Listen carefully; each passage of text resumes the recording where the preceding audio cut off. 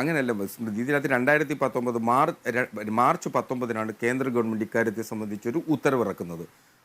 April 12 2019 സംസ്ഥാന സർക്കാർ എല്ലാ സ്വകാര്യ കമ്പനികൾക്കുമുള്ള ഖനനാനുമതി റദ്ദ് ചെയ്തുകൊണ്ട് ഉത്തരവിറക്കിയിട്ടുണ്ട്.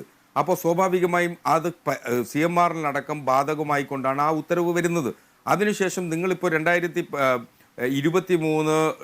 ഡിസംബർ 18 CMRL നൽകിയിട്ടുള്ള ഖനനാനുമതി റദ്ദ് ചെയ്തുകൊണ്ടുള്ള ഉത്തരവ് ഇറങ്ങിയിരിക്കുന്നു എന്ന വിചിത്രവാദം പറയാൻ കഴിയില്ല ഇക്കാര്യത്തിൽ. കാരണം അങ്ങ് പറഞ്ഞു വരുന്നതും അതുപോലെ ശ്രീ മാത്യു കുഴൽനാടൻ പറഞ്ഞു വരുന്നതുമായിട്ടുള്ള ഏതെങ്കിലും തരത്തിലുള്ള യോഗ നടപടികൾ, ആ യോഗ നടപടികൾ വാക്കാൽ ഒരു നിർദ്ദേശം കൊടുക്കാൻ കഴിയുമോ? സംസ്ഥാന സർക്കാരിൻ്റെ ഔദ്യോഗികമായി നടക്കുന്ന എല്ലാ യോഗങ്ങളിലും കൃത്യമായി മിനിറ്റ്സ് ഉണ്ടാവും. ആ മിനിറ്റ്സിൽ ആ വിവരങ്ങൾ കൃത്യമായി രേഖപ്പെടുത്തിയിരിക്കും. ആ മിനിറ്റ്സ് ഇന്ന് പബ്ലിക് ഡോക്യുമെൻ്റാണ്. അത് ഇന്ന് പൊതുമണ്ഡലത്തിൽ അവൈലബിളുമാണ്. അപ്പോൾ അങ്ങ് പരിശോധിച്ചാൽ മനസ്സിലാകും ശ്രീ മുഖ്യമന്ത്രിയായിട്ടുള്ള സഖാവ് പിണറായി വിജയൻ അക്കാര്യത്തിൽ ഏതു തരത്തിലാണ് അത് സംബന്ധിച്ച് ആ യോഗത്തിൽ അഭിപ്രായപ്പെട്ടിരിക്കുന്നു എന്നുള്ളത്. CMRLന്റെ കരാറുമായി ബന്ധപ്പെട്ടോ CMRL നൽകിയിട്ടുള്ള കരാറിൻ്റെ വ്യവസ്ഥകളെ സംബന്ധിച്ചോ ആ യോഗത്തിൽ ചർച്ച ചെയ്യപ്പെട്ടിട്ടില്ല. പിന്നെ എങ്ങനെയാണ് ഇത്തരത്തിൽ ഒരു യോഗം നടത്തിയിട്ടുണ്ട്, ആ യോഗത്തിൽ വെച്ചാണ് ഇത്തരം തീരുമാനമെടുത്തിട്ടുള്ളതെന്നും മുഖ്യമന്ത്രിയെ ദുരാരോപണങ്ങളുടെ കരിനിഴലിൽ നിർത്തുന്നതിന് വേണ്ടിയിട്ടുള്ള ഒരു ശ്രമം മാത്രമേ ഇതിനെ കാണാൻ കഴിയൂ. മാത്രമല്ല ഇപ്പോൾ 2023 ഡിസംബർ 18 അത് റദ്ദ് ചെയ്തുകൊണ്ടുള്ള ഉത്തരവ് വന്നില്ല. അതൊരു സ്വാഭാവിക കാലതാമസം മാത്രമാണ്. അതൊരു വലിയ വിചിത്രവാദമായി അല്ലെങ്കിൽ അതൊരു വലിയ കാലതാമസമായി നമുക്ക് അതിനെ കാണാൻ കഴിയില്ല. സ്വാഭാവിക കാലതാമസം എന്ന് വിശദീകരിക്കുന്നു. അപ്പോൾ താങ്കൾ ഈ പറഞ്ഞ ഉത്തരവ് ഈ കേന്ദ്ര സർക്കാരിന്റെ ഭേദഗതിക്ക് ശേഷം വന്നിട്ടുള്ളതാണെങ്കിൽ എന്തിനാണ് പിന്നെ വേറൊരു ഉത്തരവ്? ഒന്ന് വിശദീകരിക്കാമോ?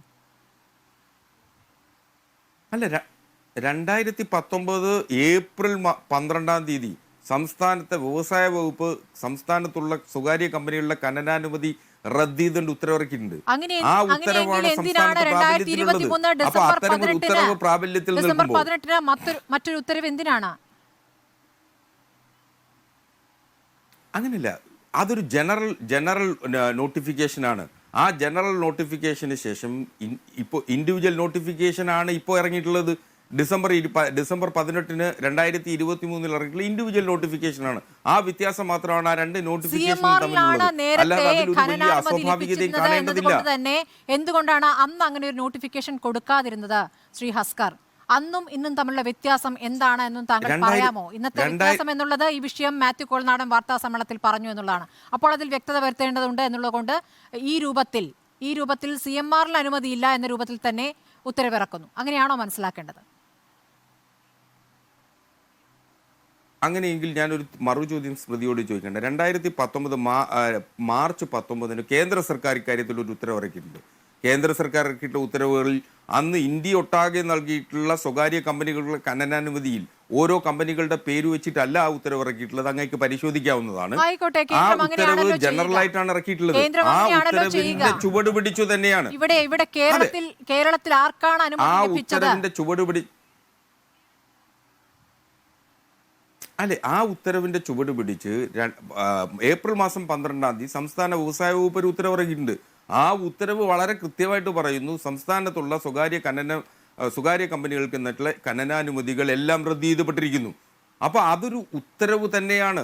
ആ ഉത്തരവ് കൃത്യമായി പ്രാബല്യത്തിൽ വന്നു കഴിഞ്ഞു. മാത്രമല്ല 2023 ഡിസംബർ 18 CMRLനെ നോട്ടിഫൈ ചെയ്തുകൊണ്ട് അവർക്ക് നൽകിയിട്ടുള്ള ഖനനാനുമതി മുൻകാല പ്രാബല്യത്തോടുകൂടിയാണ് റദ്ദ് ചെയ്യപ്പെട്ടിട്ടുള്ളത്. അതാണ് ഇപ്പോൾ നിലവിലുള്ളത്. മാസപ്പടി എന്ന താങ്കൾക്ക് ഇഷ്ടമില്ലാത്ത ഈ പണം നൽകൽ അതുണ്ടായത് പിണറായി വിജയൻ മുഖ്യമന്ത്രിയായ 2016 മുതൽക്കാണ്. ആ സമയം മുതൽക്കാണ് ഈ മാസപ്പടി കൃത്യമായി വരുന്നത്. സേവനവുമായി ബന്ധപ്പെട്ട് നമ്മൾ ഒരുപാട് ചർച്ച ചെയ്തതാണ്. അപ്പോൾ ഈ മാസപ്പടി, ഈ ഉത്തരവ് വൈകൽ, ഇതൊക്കെ തമ്മിൽ പരസ്പരം ബന്ധപ്പെട്ട് നിൽക്കുന്നു എന്നുള്ള പ്രധാനപ്പെട്ട വിഷയം തന്നെയാണ് ശ്രീ ഹസ്കർ. സ്മൃതി, നമുക്ക് പലപ്പോഴും ചില അസ്വാഭാവിക സാഹചര്യങ്ങളെ ഇത്തരം അനുചിതമായിട്ടുള്ള വർത്തമാനങ്ങളിലേക്ക് തളച്ചിടാൻ കഴിയും. അത്തരത്തിലുള്ള വസ്തുതാവിരുദ്ധതയാണ് നിലവിൽ ഇപ്പോൾ നടന്നുകൊണ്ടിരിക്കുന്നത്. അത് നമ്മുടെ കാലഘട്ടത്തിൻ്റെ ഏറ്റവും വലിയ ഒരു പിശകാണ്, അല്ലെങ്കിൽ കാലഘട്ടത്തിൻ്റെ ഒരു ഗതികേടാണെന്ന് വേണം നാം കരുതാൻ. കാരണം ഇവിടെ ഒരു തരത്തിലും ഇത്തരത്തിൽ ഒരു വിവാദം സൃഷ്ടിക്കപ്പെടേണ്ടതായിട്ടുള്ള സാഹചര്യമില്ല. കാരണം ശ്രീ മാത്യു കുഴൽനാടൻ അടക്കം ഇപ്പോൾ പുറത്തുവിട്ടിരിക്കുന്ന വിവരങ്ങളുടെ പശ്ചാത്തലത്തിൽ പരിശോധിച്ചു കഴിഞ്ഞാൽ ആ യോഗത്തിൻ്റെ മിനിറ്റ്സാണ് നാം പരിശോധിക്കേണ്ടത്. ആ യോഗത്തിൻ്റെ മിനിറ്റ്സിൽ CMRലുമായി ബന്ധപ്പെട്ടുള്ള ഖനനത്തെ സംബന്ധിച്ച് യാതൊരു വിധമായിട്ടുള്ള നിർദ്ദേശങ്ങളോ ചർച്ചയോ ഉണ്ടായിട്ടില്ല. ആ മിനിറ്റ്സ് അങ്ങയുടെ മുന്നിൽ ഉണ്ടാവുമെന്ന് ഞാൻ കരുതുന്നു. അല്ലെങ്കിൽ അങ്ങേക്കത് പരിശോധിക്കാവുന്നതാണ്.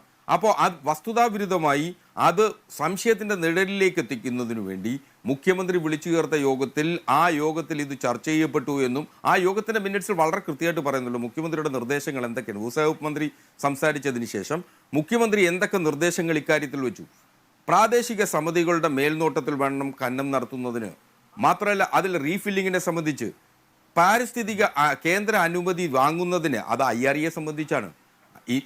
IRE നടത്തുന്ന ഖനനത്തെ സംബന്ധിച്ച് കേന്ദ്ര പാരിസ്ഥിതിക മന്ത്രാലയത്തിൻ്റെ അനുമതി വാങ്ങണമെന്നതാണ്. ആ യോഗത്തിൻ്റെ ചർച്ചകളിൽ ആകമാനം നിലനിൽക്കുന്നത് KMMLനെ സംബന്ധിച്ചും അതുപോലെ IREയെ സംബന്ധിച്ചും മാത്രമാണ്. IRE നടത്തുന്ന ഖനനത്തെ സംബന്ധിച്ച് പ്രദേശവാസികളുടെ പ്രശ്നങ്ങൾ പഠിക്കുന്നതിന് പാരിസ്ഥിതിക അതിൻ്റെ സന്തുലിതാവസ്ഥ പഠിക്കുന്നതിന് ആവശ്യമായിട്ടുള്ള ഏജൻസികളെ നേരത്തെ നിയോഗിച്ചിരുന്ന ഏജൻസികളെ മാത്രം തന്നെ തുടർന്നു പോകട്ടെ എന്ന നിർദ്ദേശമാണെന്ന് മുഖ്യമന്ത്രി ആ യോഗത്തിൽ അവതരിപ്പിച്ചതായിട്ടാണ് മിനിറ്റ്സിൽ നിന്ന് നമുക്ക് മനസ്സിലാകുന്നത്. എവിടെയാണ് CMRലിനെ കുറിച്ച് ചർച്ച ചെയ്യപ്പെടുന്നത്? CMRലിൻ്റെ രേഖകളെ സംബന്ധിച്ച് അല്ലെങ്കിൽ CMRലിൻ്റെ കരാറുകളെ സംബന്ധിച്ച് ആ യോഗത്തിൽ എവിടെ ചർച്ച ചെയ്തു? അങ്ങനെ ചർച്ച ചെയ്യപ്പെടാത്ത ഒരു യോഗത്തെ സംബന്ധിച്ച് അല്ലെങ്കിൽ വ്യവസ്ഥകളില്ലാത്ത ഒരു സംവിധാനത്തെ സംബന്ധിച്ചാണ് ഇപ്പോൾ നാം ഇങ്ങനെ വിവാദമുണ്ടാക്കാൻ ശ്രമിച്ചുകൊണ്ടേയിരിക്കുന്നത്. അതുകൊണ്ടാണ് ഞാൻ അങ്ങ് നേരത്തെ എനിക്ക് ഒട്ടും ഇഷ്ടമില്ലാത്തൊരു സംജ്ഞ എന്ന അർത്ഥത്തിൽ അത് പറയേണ്ടി വരുന്നത്. അതുകൊണ്ടാണ്. ശരി, ബാക്കിയുള്ളവരുടെ അഭിപ്രായം കൂടി തേടേണ്ടതുണ്ട്. താങ്കൾ